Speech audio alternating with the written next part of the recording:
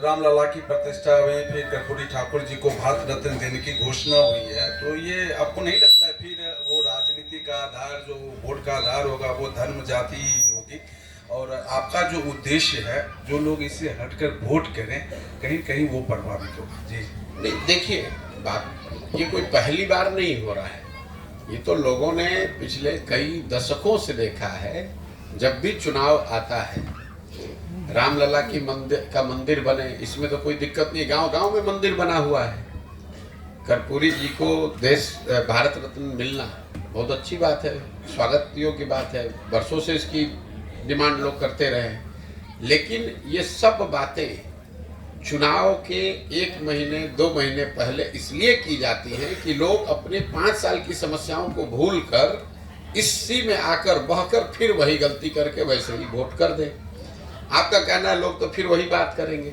अगर लोग फिर वैसे ही करते रहेंगे तो उनकी स्थिति भी वैसी ही बनी रहेगी जैसे पहले से है। ऐसा तो है नहीं कि बिहार ने लालू जी का शासन नहीं देखा, कि नीतीश का नहीं देखा, कि मोदी का नहीं देखा। भाई 10 वर्ष से मोदी जी प्रधानमंत्री तो हैं ही, उससे बिहार में बेरोजगारी तो खत्म हुई नहीं, उससे कोई बिहार से पलायन रुका नहीं। उससे पहले जब केंद्र में यूपीए कांग्रेस की सरकार थी तब भी बिहार की दशा यही थी। हम लोग तो इस अभियान में रोज ये बात कह रहे हैं कि ये बात ही बेमानी है कि किसने बिहार का भला किया, किसकी वजह से बिहार का नुकसान हुआ। हम तो बिल्कुल उल्टी बात कह रहे हैं। हम ये कह रहे हैं कि जितने भी दल और नेता बिहार में रहे हैं, उन्होंने जो काम किया या करने का दावा कर रहे हैं, उस सब बात को आप सही मान लीजिए। मान लीजिए कि 40 साल के अपने शासन काल में कांग्रेस ने यहाँ काम किया। ये भी मान लीजिए कि 15 साल लालू जी के राज में बिहार में जो गरीब वंचित पिछड़ा था उसको आवाज मिल गई, यही तो दावा कर रहे हैं। मान लीजिए इस बात को। ये भी मान लिया जाए कि भाई नीतीश कुमार भाजपा के राज में यहाँ पर सड़क बिजली में कुछ सुधार हो गया। लेकिन अगर सारे लोगों के काम को, दावे को सही मान भी लिया जाए तो भी इससे तो कोई इनकार नहीं कर सकता है कि पूरे देश में सबसे गरीब, सबसे पिछड़ा, भुखमरी, बेरोजगारी वाला राज्य बिहार है। तो बिहार की जनता को, आपको, हमको ये सोचना है कि भाई देश आगे बढ़े, तेजी से बढ़े, धीरे बढ़े, वो तो एक कहानी है, लेकिन बिहार तो जहाँ था वही है। आपके बच्चे 20 वर्ष पहले भी जा रहे थे मजदूरी करने, 20 वर्ष पहले वो पंजाब और हरियाणा जा रहे थे, आजकल वो तमिलनाडु और तेलंगाना में जा रहे हैं, गुजरात में जा रहे हैं नौकरी करने। फर्क इतना ही पड़ा है। बिहार से जाने वालों की संख्या तो उतनी ही है। बिहार के लोगों को रोजगार नहीं है, ये तो 20 वर्ष पहले भी सत्य था, आज भी सत्य है। तो जब तक लोग इस बात को समझकर अलग तरीके से अपने बच्चों के लिए वोट नहीं करें, पूरे पदयात्रा का एक ही मंत्र सिखाया जा रहा है कि एक बार जीवन में आपने जाति पर वोट कर लिया, आपने विचारधारा पर वोट कर लिया, आपने नेताओं के लिए वोट कर लिया, आपने स्लोगन्स के लिए वोट कर दिया, एक बार जीवन में आप अपने बच्चों के पढ़ाई और रोजगार के लिए वोट कीजिए। यही बात तो पूरी पदयात्रा का उद्देश्य है।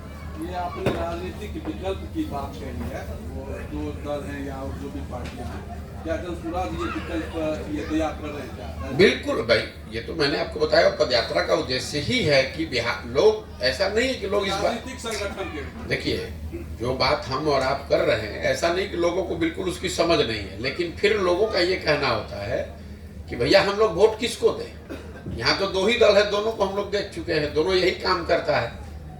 कोई कर्पूरी, कोई जात के राजनीति कर रहा है, कोई धर्म की राजनीति कर रहा है, कोई मंदिर के नाम पर वोट मांग रहा है, कोई रिजर्वेशन आरक्षण के नाम पर वोट मांग रहा है।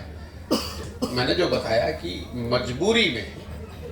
मजबूरी में लालू के डर से भाजपा और भाजपा के डर से लालू को वोट न देना पड़े, उसके लिए आपको नया विकल्प बनाना पड़ेगा। तो जन स्वराज का एक उद्देश्य वही है कि बिहार के लोग जो चाहते हैं कि नया दल बने, वो सब लोग मिलकर दल बनाए, उनकी हम बनाने में मदद कर रहे हैं। क्या होगा, जनसुराज ही रहेगा या अब क्या रहेगा ये तो जब पदयात्रा खत्म होगी, दल निश्चित बनेगा। दल का नाम क्या होगा, उसका स्वरूप क्या होगा, उसका संविधान क्या होगा, उसका नेता कौन होगा, उसका झंडा क्या होगा, ये बात तो जो लोग मिलकर बनाएंगे वो तय कर लेंगे कि इसका नाम जनसुराज रहेगा कि कुछ दूसरा रहेगा, इसका संविधान कैसे बनेगा, इसका नेता कौन होगा, इसको चलाया बनाया कैसे जाएगा। जो लोग मिलकर बनाएंगे वो इतनी अपनी समझ से उसको ठीक करेंगे उस समय। प्रशांत जी, जो जनसुराज यात्रा है, प्रशांत जी का 2 चेहरा लोग देखते हैं। एक वो प्रशांत किशोर जो चुनावी रणनीतिकार है, जो किसी पार्टी के लिए रणनीति बनाते हैं, उनको जितवाते हैं, और एक प्रशांत किशोर है जो जन स्वराज के नाम से पद यात्रा कर रहे हैं।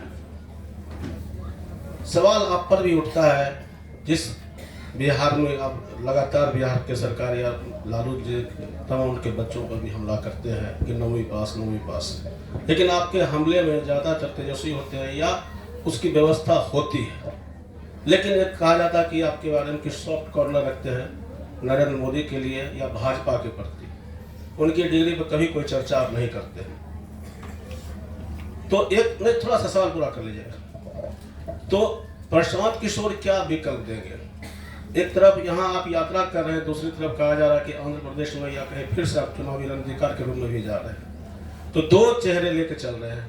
किस प्रशांत किशोर को लोग एक्सेप्ट ज़्यादा करें, जन स्वराज वाले प्रशांत किशोर को या चुनावी रणनीतिकार प्रशांत किशोर को, जो बिहार में ही नीतीश लालू की सरकार बनाने में रणनीतिकार की भूमिका? मेरे भाई ऐसा है, आप खुद प्रश्न में ही कुछ मुझे ज्यादा कंफ्यूज दिखते हैं।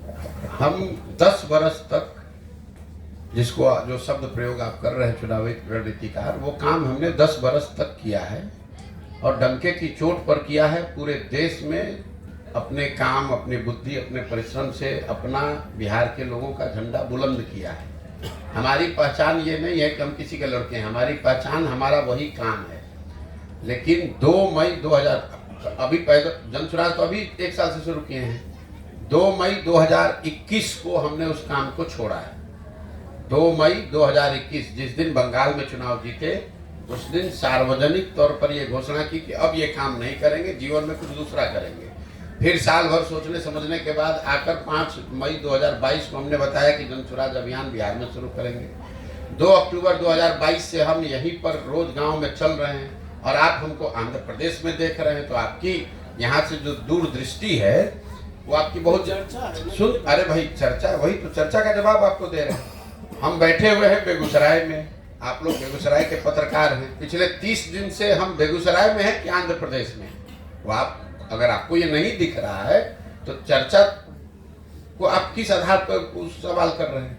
दूसरा, आपने सवाल किया कि आप तेजस्वी यादव की डिग्री की बात कर रहे हैं, नरेंद्र मोदी की डिग्री की बात नहीं कर रहे हैं। बिल्कुल ठीक बात है। 2 बातें समझिए, नरेंद्र मोदी की डिग्री 9वां पास की नहीं है। उन्होंने अपना डिग्री सही या गलत देश के सामने रखा कि हमने MA किया है। जब नरेंद्र मोदी की डिग्री पर बात उठी तो उनको भी, प्रधानमंत्री को भी अपना डिग्री दिखाना पड़ा कि भैया हम MA किए हैं, इस सब्जेक्ट में किए हैं, इस कॉलेज से, इस यूनिवर्सिटी से किए हैं।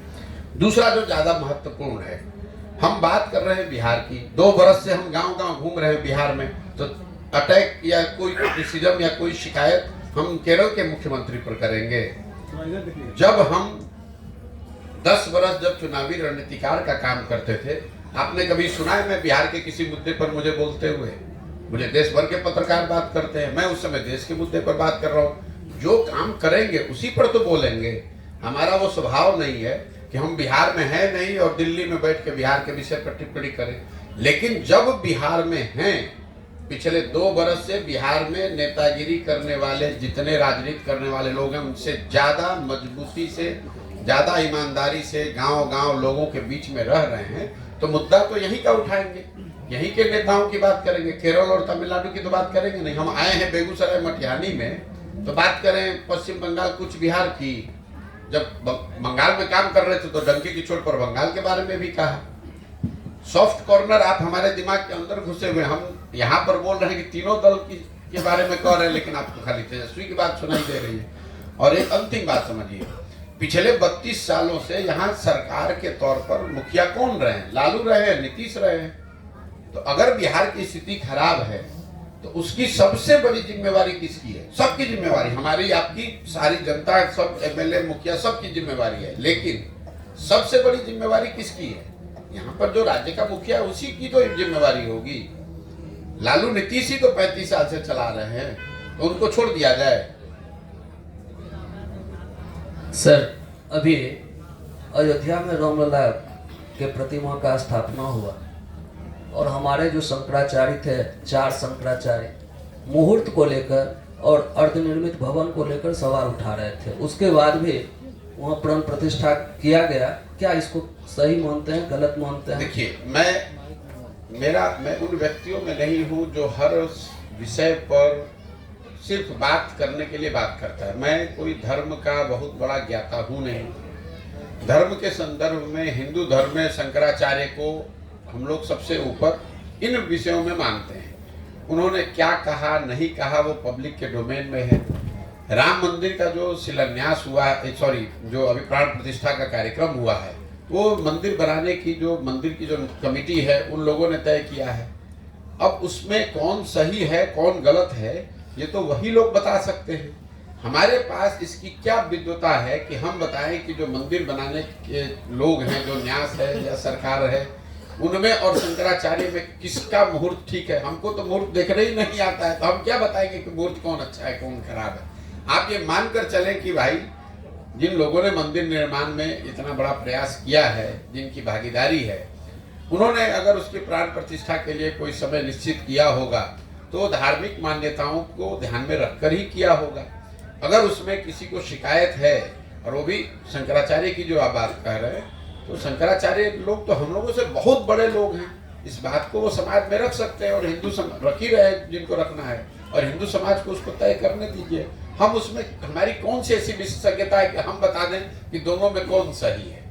ये 2014 में जब नरेंद्र मोदी जी सर ये लड़ रहे थे, तो उस समय भी जिस तरह भी आप बदलाव की बात कर रहे हैं, तो वो भी किसानों के लिए, युवाओं के लिए, महिलाओं के लिए विदेश में बदलाव की बात कर रहे हैं। तो उनसे आप किस रूप से ये अलग पाते हैं, मैंने क्यों नहीं? देखिए भाई, 2014 का प्रयास हो, 2019 का प्रयास हो, 2015 में आपने जैसे भाई साहब ने कहा, लालू नीतीश के महागठबंधन को बनाकर हमने बिहार में प्रयास किया, और कई राज्यों में हमने ये काम किया है, लोगों की सरकारें बनवाने में मदद की है। लेकिन मैंने आपको शुरू में पहला लाइन प्रेस कॉन्फ्रेंस में कहा कि मेरा अपना जो अनुभव रहा है 10 साल का, हमने ये देखा है कि सिर्फ चुनाव जीतने हारने से समाज लोगों की स्थिति बनती बिगड़ती नहीं है। ये आपको हमको लगता है कि ये हमारा दल जीता, हमारा नेता जीत गया, हमारा विचारधारा जीत गया, हमारा जात वाला जीत गया। जो जीत गया वो अपनी राजनीति कर रहा है। मेरी अपनी समझ 10-15 बरस की अपनी राजनीतिक समझ ये रही है कि अगर आपको राजनीति में कोई आमूलचूल परिवर्तन लाना है तो आपको समाज के स्तर पर उतरकर लंबे प्रयास करने के लिए तैयार होना पड़ेगा। इसीलिए ये जो पूरी जो परिकल्पना है वो गांधी की उस सोच से प्रेरित है, जिसमें गांधी ने कहा कि आज़ादी की लड़ाई लड़ने से पहले आपको स्वयं साक्षर बनना होगा, स्वावलंबी बनना होगा, सत्य को धारण करना होगा, अहिंसा को मानना होगा। तो जब तक उन चीज़ों को समाज में आप स्थापित नहीं करेंगे तब तक आप कोई बहुत बड़ा परिवर्तन या बहुत बड़ी परिवर्तन की बात नहीं सोच सकते हैं। मतलब घड़ा बनने से पहले मिट्टी को गूंदना और उसको तैयार करना, जब तक अच्छी मिट्टी तैयार नहीं होगी तब तक घड़ा नहीं बन सकता है। अगर मिट्टी ठीक नहीं है, उसको जोड़ तोड़ के किस तरह घड़ा बना भी दिया जाए। आप बिहार में अभी क्या होगा छोड़ दीजिए, 2015 में तो हम बिहार पूरा जीते हुए थे महागठबंधन के साथ। 7 निश्चय का कार्यक्रम भी हमने बनवाया, बिहार विकास मिशन की स्थापना भी करवाई, लेकिन उससे बिहार में कोई आमूलचूल परिवर्तन तो हुआ नहीं। तो उन सब चीजों से सीखने के बाद ही तो ये आकर ये प्रयास कर रहे हैं कि उससे नहीं उस तरह का परिवर्तन दिखा। चाहे मोदी जी की बात कर लीजिए, लालू नीतीश की बात कर लीजिए, हमने दूसरे राज्यों में भी कई जगहों पर हमारी मदद से लोगों ने सरकार बनाई है, लेकिन उन राज्यों में उस तरह का परिवर्तन मुझे नहीं दिखा। तभी तो वो काम छोड़े कि भाई उस काम से तो नेता और दल जीत रहा है, जनता का जीवन तो नहीं बदल रहा है, इसलिए ये नया काम शुरू किया है। तो भाई साहब को लग रहा है कि वही काम अभी तो आप कर रहे हैं, जनता में जो चर्चा है वही काम नहीं कर रहे हैं। उस काम से जो सीखा देखा कि उस काम में बहुत ज्यादा, देश में सबसे ज्यादा सफल होने के बाद भी जनता का जीवन नहीं बदल पा रहे हैं, तो जो विद्वता समझ भगवान ने दी है उसका उपयोग करके अब प्रयास कर रहे हैं कि समाज के जरिए इसको सुधार के देखा जाए। राहुल जी यात्रा पर एफआईआर हो गई है असम में, अभी निकले थे राहुल यात्रा निकले हुए, एफआईआर हो गई बीजेपी के मुख्यमंत्री उन्होंने इसको किस भाई देश में लोकतंत्र है और मेरी समझ से सारे लोकतांत्रिक प्रयास, लोकतांत्रिक मर्यादाओं के अंदर जिस किसी तरह का प्रयास कोई राजनीतिक सामाजिक संगठन अगर कर रहा है, व्यक्ति कर रहा है, तो उसको करने की आज़ादी होनी चाहिए। हम पैदल चल रहे हैं तो हम लोग भी परमिशन लेकर चल रहे हैं, अगर सरकार नहीं चलने देगी तो स्वाभाविक तौर पर हम उसके विरोध में हैं। तो अगर हम अब हमको कोई यहाँ रोकेगा तो हम विरोध कर रहे हैं, तो राहुल जी को भी कोई रोक रहा है तो उसका विरोध होना चाहिए। गलत है भाई, आप कोई मारपीट कर नहीं रहे हैं, हम किसी का नुकसान कर नहीं रहे हैं, और संविधान ये इजाजत देता है हर व्यक्ति को, हर समूह को, कि वो जाकर अपनी बात समाज में रखे शांतिपूर्ण तरीके से। जो कानून है, कानून की प्रक्रियाओं को फॉलो करते हुए हम यहाँ आए हैं, कैंप लगाए हैं, तो इसका परमिशन लिया होगा। रास्ते में चलेंगे उसका परमिशन लिया है, अगर बिना परमिशन के चलेंगे तब ना हम पर कोई FIR कीजिएगा। लेकिन सरकार अगर परमिशन भी न दे और FIR भी कर दे, न करने दे, तो लोकतंत्र की जो मूल भावना है उसके विपरीत है। इसके लिए उसका विरोध होना चाहिए। सर, कभी आप नीतीश जी के साथी थे, आज उन्हीं का विरोध कर रहे हैं। मैं नीतीश जी का नहीं विरोध कर रहा हूँ। इस पूरे अभियान में हम लालू, नीतीश, मोदी किसी का विरोध नहीं कर रहे हैं। हम बिहार की बेहतरी की बात कर रहे हैं। हम ये कह रहे हैं कि इन सारे लोगों का साथ देकर आपने देख लिया, आपका और आपके बच्चों का जीवन नहीं सुधरा, तो ये नया रास्ता, ये जो तरीका है, इसको देखिए। इस तरीके से आपका जीवन शायद सुधर सकता है, आप गरीबी से निकल सकते हैं। जहाँ तक नीतीश कुमार की व्यक्तिगत बात है, तो व्यक्तिगत हमारे नीतीश कुमार से बहुत अच्छे संबंध रहे। इसी बिहार में कोई ऐसा नहीं दावा कर, हम तो नीतीश कुमार के साथ एक साथ घर में हम लोग रहते हैं, एक साथ घर में रहे हैं 1 बरस, कोई नहीं रहता है। लेकिन आप ये समझिए कि जिस नीतीश कुमार का हमने समर्थन किया था और जिस नीतीश कुमार का हम विरोध कर रहे हैं, दोनों नीतीश कुमार में जमीन आसमान का फर्क है। 2014-15 के नीतीश कुमार की छवि थी सुशासन की। उनके बारे में बिहार में जो उनका विरोधी था वो भी कहता था, भाई कुछ भी कहिए, भ्रष्टाचार ही नहीं है, बिहार में कुछ सुधार करने का प्रयास कर रहे हैं। गति उसकी ठीक है नहीं है, मायने उसके ठीक है नहीं, वो अलग बात है। लेकिन हर आदमी, ये तो ज्यादातर आदमी ये बिहार में मानते थे कि नीतीश कुमार जी बिहार में प्रशासनिक तौर पर, राजनीतिक तौर पर सुधार की कोशिश कर रहे हैं। उस नीतीश कुमार की मदद की गई थी। आज तो नीतीश कुमार के बारे में गांव लोग यही कह रहे हैं कि ये आदमी कुर्सी के लिए कुछ भी करने को तैयार है। इस नीतीश कुमार का विरोध कर रहे हैं। जिस नीतीश कुमार का समर्थन किया था 2014-15 में, उनके पास जनता का दिया हुआ बहुमत था, उनके पास 117 विधायक जीते हुए थे।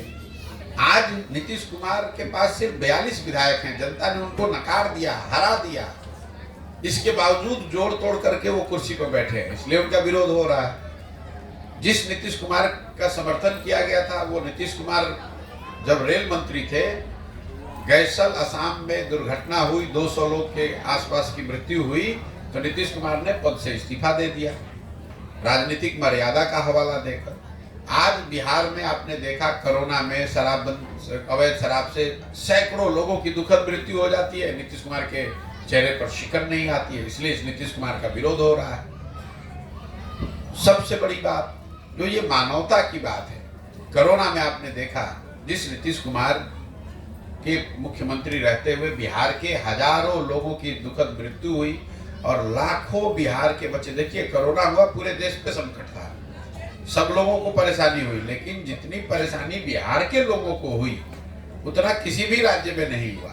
लाखों बिहार के बच्चे बड़े शहरों से एक तरीके से मार कर निकाल दिए गए। वो बच्चे पैदल चल के, धक्का खाकर, गाड़ी से, साइकिल से, बस से, ट्रेन से, किन विकट परिस्थितियों में वापस लौटे। उस समय राज्य के मुखिया के तौर पर नीतीश कुमार ने कोई ऐसा प्रयास नहीं किया कि कम से कम बस भेज दे कि वो बच्चे घर पर आ जाएं। जो लोग लौट कर आए उनके लिए कोई व्यवस्था नहीं की। घोषणा की कि जो लोग वापस आए हैं ये वापस न जाएं, इसके लिए हम यहाँ रोजगार का व्यवस्था करेंगे, उसके लिए कुछ नहीं किया। तो लोकतंत्र आपको क्या सिखाता है? आप किसी का समर्थन करते हैं, किसी को वोट करते हैं, लेकिन वो समर्थन और वोट 5 वर्ष के लिए है, जीवन भर की बंधुआ मजदूरी नहीं है। लोकतंत्र संविधान ये कहता है कि जिस पर भी आपका भरोसा है, जो भी आपको पसंद है, उस व्यक्ति को, उस दल को आप वोट कीजिए, लेकिन वो 5 वर्ष के लिए। अगर 5 वर्ष में उस व्यक्ति ने, उस विचारधारा ने, उस दल ने आपका काम किया तो उसके साथ बने रहिए, और काम नहीं किया तो नागरिक होने के नाते आपकी ये जिम्मेवारी है कि जिस मजबूती से आपने उसका साथ दिया है उसी मजबूती से आप उसका विरोध भी कीजिए। अगर ऐसा न हो तो फिर 5 वर्ष में चुनाव कराने की जरूरत क्या है? आप एक बार किसी को वोट दे दिए, उसके समर्थन में आप आ गए, फिर जीवन भर वही रहेगा, तब तो लोकतंत्र ही खत्म हो जाएगा। तब आप लोग के नजरिए से चलिए, तब तो बिहार में राजतंत्र होना चाहिए। एक बार आपने नीतीश का मदद कर दिया तो जीवन भर नीतीश ही का मदद करते रहिए। एक बार आपने मोदी को वोट दे दिया तो जीवन भर मोदी को ही वोट देते रहिए, वो काम करे चाहे ना करे। इसी के विरोध में तो ये पूरा अभियान है कि आप जिस किसी को वोट दीजिए, वो वोट 5 वर्ष के लिए, काम नहीं किया तो चाहे आपके जात का है कि विचारधारा का है कि दल का है, उसको झाड़ू मार के बाहर भगाइए, तभी तो आपके बच्चों का जीवन सुधरेगा।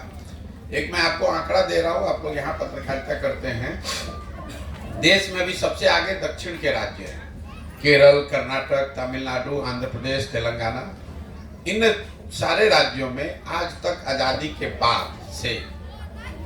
के बाद से कोई भी मुख्यमंत्री 10 वर्ष से ज्यादा लगातार नहीं रहा है। क्यों? लोग 10 वर्ष आपने काम किया, फिर भी लोग हटाकर दूसरे को मौका देते हैं। यहाँ 32 वर्ष से लालू नीतीश, इसके आगे जनता जा ही नहीं रही, और हम लोग मर रहे हैं, हम लोग के बच्चे जाकर मजदूरी कर रहे हैं पूरे देश में। कल अररिया में 90 लाख का लूट हुआ है। बिहार में लाइन ऑर्डर की क्या स्थिति है? भैया, जिस सरकार में राजद वाले लोग रहेंगे और जिस सरकार का मुखिया उसकी सिर्फ चिंता ये रहे कि हमारी कुर्सी बची रहे, वहां पर लॉ एंड ऑर्डर का स्थिति क्या होगा आप बता दीजिए। लॉ एंड ऑर्डर की स्थिति आप क्या अपेक्षा करते हैं? जब 2015 में, मैं आपको और जानकारी दे देता हूँ, आपको नहीं मालूम होगा ये, 2015 में जब सरकार बन रही थी, हम तो थे साथ में, कौन लोग मंत्री बनेंगे ये भी तय करने में भूमिका मेरी रही होगी। 4 ऐसे मंत्रियों, विधायकों के नाम राजद की ओर से दिए गए थे जो लोग, उनकी छवि आपराधिक थी या जिनकी छवि के बारे में लोगों को था कि भी ये अच्छे लोग नहीं हैं।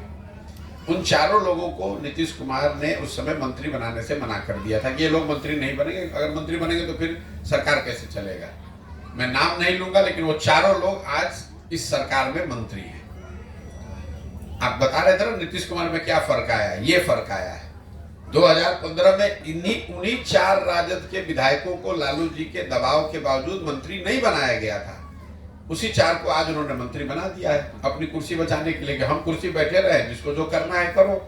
इसीलिए लॉ एंड ऑर्डर, जब उस तरह के आपराधिक छवि के लोग सरकार का हिस्सा होंगे, मंत्री रहेंगे, तो वहां राम नाम तो जपेंगे नहीं। जो अपराधी मंत्री रहेगा तो लॉ एंड ऑर्डर तो खराब होगा ही हो। ये सर एक लास्ट सवाल, इंडिया अलायंस में लगता है आपको क्या नीतीश जी की जो चर्चा चल रही है, तरह तरह के कयास लग रहे हैं कि अब उधर भी जा सकते हैं, आपको क्या लगता है? मुझे कुछ नहीं लगता है, मुझे इतना लगता है कि नीतीश कुमार जी राजनीति के अब उस पड़ाव पर आ गए हैं जब वो कुछ भी करें, अब वो स्थिति उनकी सुधरने वाली नहीं है। वो चाहे इंडिया अलायंस में रहें, भाजपा के साथ चले जाएंगे ही। नीतीश कुमार की जो फितरत है, जब आपकी अपनी ताकत नहीं है तो जब जिधर हवा होता है उधर जाने का प्रयास करते हैं, फिर लगता है इधर से हवा गड़बड़ाया तो इधर, क्योंकि सारे जो निर्णय हैं वो सिर्फ 2 बात पर है, मेरी कुर्सी कैसे बची रहे और हवा का रुख देखने का प्रयास है। तो 2015 में महागठबंधन जीते, 17 में क्यों भागे?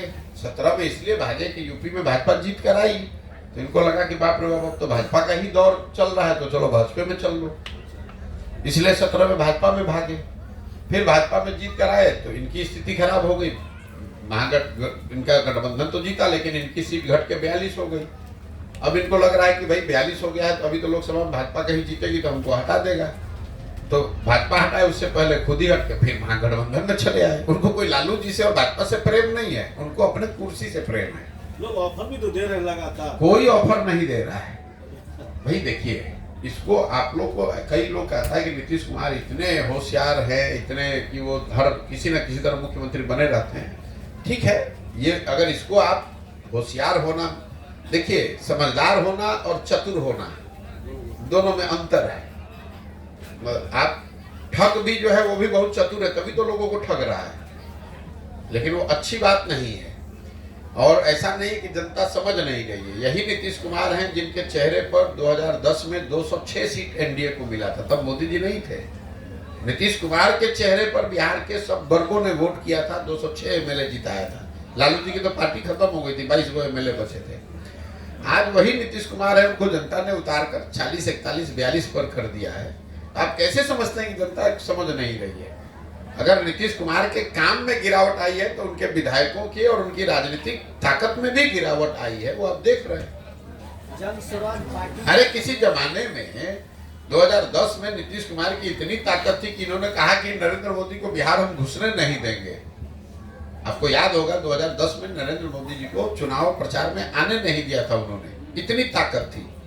और आज उनकी दशा देख लीजिए क्या है। तो जैसे जैसे काम आपका खराब हुआ, जनता का ताकत राजनीति में क्या है, जनता का समर्थन ही तो ताकत है।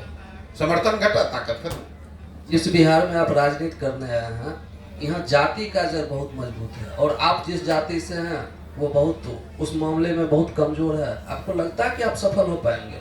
देखिए, ये तो आप लोगों का एक नजरिया है कि बिहार में हर चीज जाति पर ही होता है। जाति समाज की, राजनीतिक सामाजिक जीवन की सच्चाई है। बिहार में भी ये बात है और आंध्र प्रदेश में भी है, महाराष्ट्र, गुजरात, कर्नाटक में भी है। तो ये मत समझिए कि जाति सिर्फ बिहार में है। इतना ही जाति का महत्व गुजरात में भी है, इतना ही जाति का महत्व कर्नाटक, आंध्र प्रदेश में भी है। लेकिन चूंकि बिहार में हम लोग गरीब और पिछड़े हैं, तो एक हम लोग को समझ में नहीं आता है। बाहर के लोगों ने ये थप्पा लगा दिया है कि बिहार इसलिए पिछड़ा है कि सब जाति पर ही होता है। मैं आपको 2 एग्जाम्पल देता हूँ, उदाहरण दे रहा हूँ, अब उसको समझिए। बिहार में जितने लोग सांसद हैं भाजपा के या एनडीए के, वो सब लोग बताएंगे, पत्रकार लोग भी बताएंगे कि वो वोट सांसदों को नहीं पड़ा, वोट पड़ा मोदी जी को। ठीक है, तो मोदी जी के नाम पर हजारों लाखों लोग वोट बिहार में दे रहे हैं भाजपा को, एनडीए गठबंधन को। आप जरा मुझे ये बता दीजिए सोच के कि मोदी जी के जाति के कितने लोग बिहार में रहते हैं। मोदी जी के जाति का तो बिहार में कोई नहीं रहता है, तो मोदी जी को वोट कौन दे रहा है? आप ही दोनों बात कह रहे हैं कि हर आदमी जाति पर दे रहा है।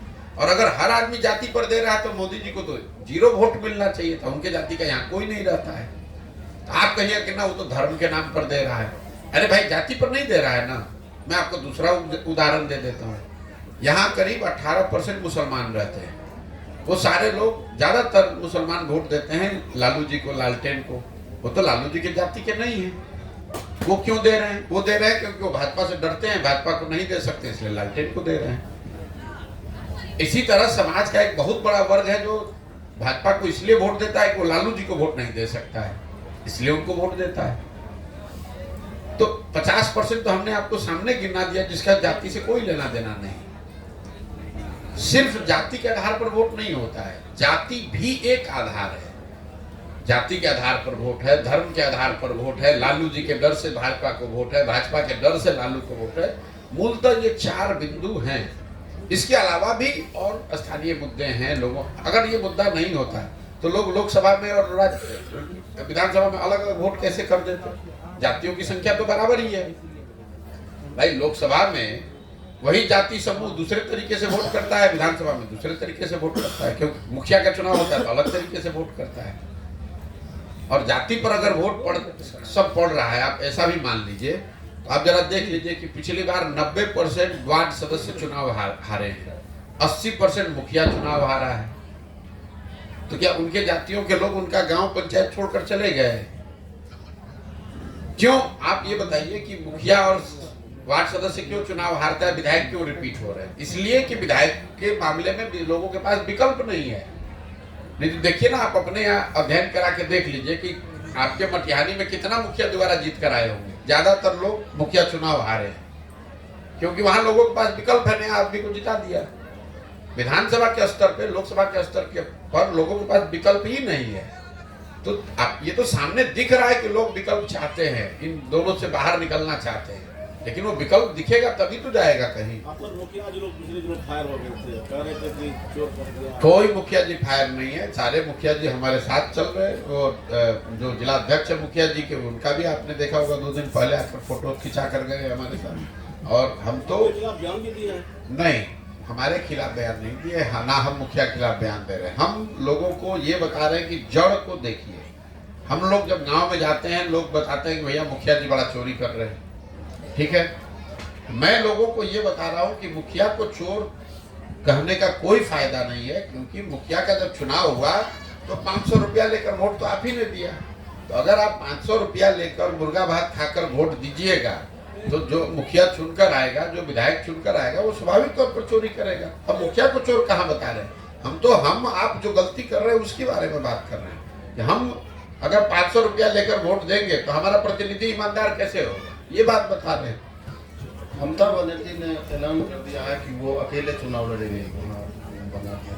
तो लड़े तो हम उसमें क्या कर सकते हैं? एनडीए गठबंधन का क्या मतलब है? अरे भाई हम तो पिछले 6-8 महीने से कह रहे हैं कि जिसको आप लोग इंडी गठबंधन, इंडिया गठबंधन जो भी कहते हैं, उस गठबंधन में जितने लोग बैठते हैं, जिसको आप लोग बड़ा नेता जानते हैं, ममता बनर्जी, अरविंद केजरीवाल, स्टालिन, उद्धव ठाकरे, जितने मुख्यमंत्री उसमें बैठते हैं, उन सब के मुख्यमंत्री बनने के अभियान को हमने चलाया है, हमने उनकी मदद की है, जीतने में कंधा लगाया है।